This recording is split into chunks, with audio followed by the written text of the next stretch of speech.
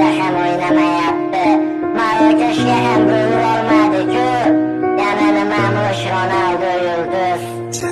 Futbolni ermak uchun o'ynamagan Cristiano, ko'plab yulduzlaring sindi lekin sinmadi Ronaldo. Balki sen Messiga muxlisdan olmaysan, boshqasini uni qirol deya atab oldin to'pini sanarsan. Ammo qilgan harakating ketadi bil besamar. Ronaldo bo'lmaganda yulduz bo'larmish Benzema. G'iybatin qilib charchashmadi Portugal o'g'lonini, Messiga fanat deyishar Ronaldoning o'g'lini. Har daqiqa har soniyada to'xtamadi, yugurishdan kibrga bo'lmadi do'st, nochorlarga berdi yordam. Ronaldoni yomon deding kulganing rost ustidan. Unda nega yaxshiliklarini chiqardingiz?